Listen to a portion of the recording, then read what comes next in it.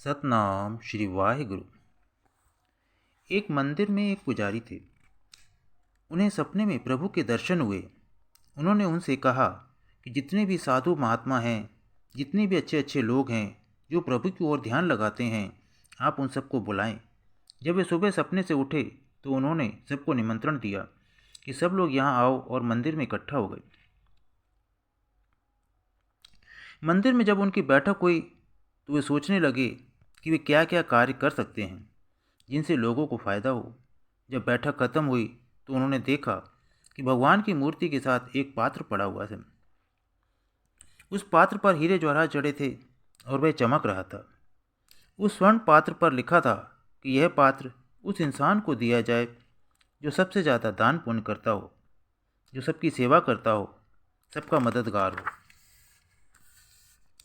पुजारी जी और जितने भी लोग वहाँ आए हुए थे, उन सब ने यही सोचा कि सारे शहर में ऐलान कर दिया जाए कि जो भी लोग किसी की मदद करते हैं, दान पुण्य करते हैं, वे सभी यहाँ आए।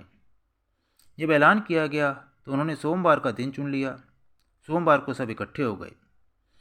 कई लोग जो समझते थे कि वे सबसे बड़े मददगार हैं, दानी हैं, वे सब आए।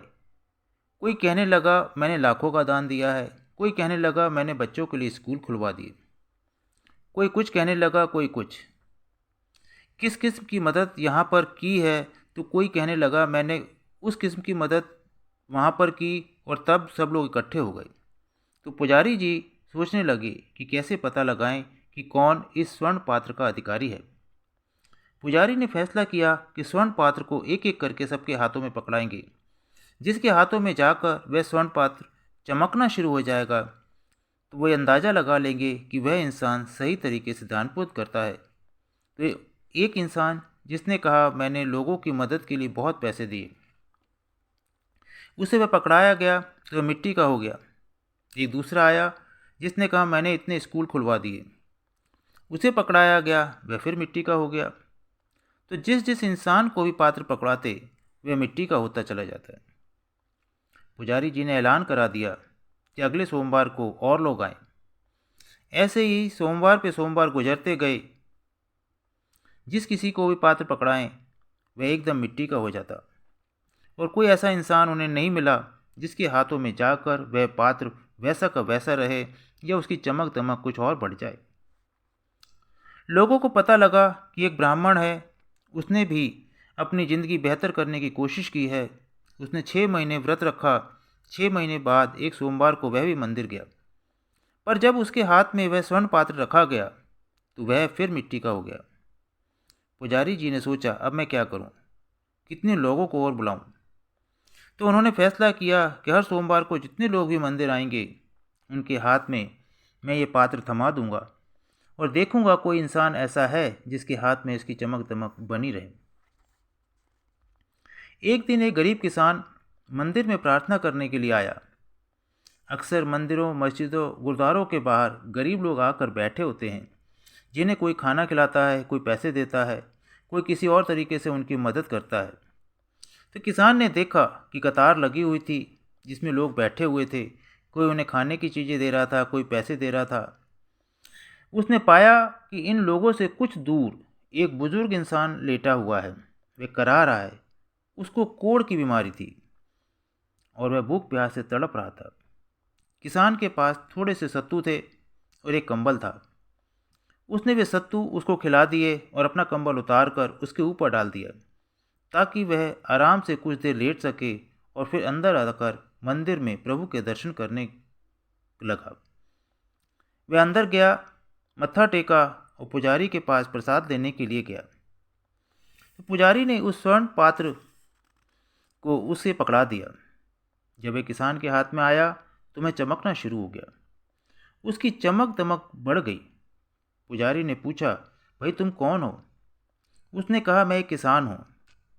उन्होंने पूछा कि तुमने बहुत दान पुण्य किया होगा। किसान ने कहा मेरे पास तो अपने खाने पीने के लिए पैसे नहीं हैं, मैं दान पुण्य क्या करूँगा। जब पुजारी ने उसके बारे में पूछताछ की तो उन्हें पता चला कि वह इंसान तो साधारण इंसानों की तरह ही है, लेकिन उसकी यही कोशिश होती है कि चाहे उसके पास थोड़ा ही हो फिर भी वह बांट कर खाए। महापुरुष समझाते हैं कि यह जरूरी नहीं कि हम तभी दान पुण्य कर सकते हैं अगर हम बहुत अमीर हों। यह भी जरूरी नहीं कि हम बहुत समझदार हैं तभी हम किसी की मदद कर सकते हैं। सही किस्म का दान पुण्य वही होता है, हम जिस हाल में भी हों, प्रभु ने हमें जो कुछ भी दिया है उसे हम दूसरों के साथ बांटें। संत दर्शन सिंह जी महाराज फरमाया करते थे कि हमें अपनी ज़िंदगी को सरल बनाना है, पर हम लोग अपनी ज़िंदगी को उलझाते जाते हैं। हम भूल जाते हैं कि एक सच्ची ज़िंदगी बहुत सरल और सादा होती है। प्रभु ने हमें यह शरीर दिया ताकि हम प्रभु को पा सकें। इस शरीर को तंदुरुस्त रखना है ताकि इसमें जो आत्मा रहती है वह अंतर में रसाई कर सके। जिंदगी हमें इस मकसद के लिए नहीं मिली कि हम दुनिया की चीज़ें इकट्ठी करें, वे सब तो यहाँ की यहाँ रह जाएंगी। अगर हमारे साथ कोई जाता है तो सिर्फ रूहानियत के रास्ते पर की गई कमाई। हम यह भूल जाते हैं कि चंद सालों में हम सभी ने ये शरीर त्यागना है। यह शरीर रूपी मकान और ये बाहर की चीज़ें तो हमारे साथ जाने वाली नहीं। महापुरुष समझाते हैं कि यह सुनहरा मौका बड़ी मुश्किलों से हाथ आया है, हम इसे गंवाए नहीं।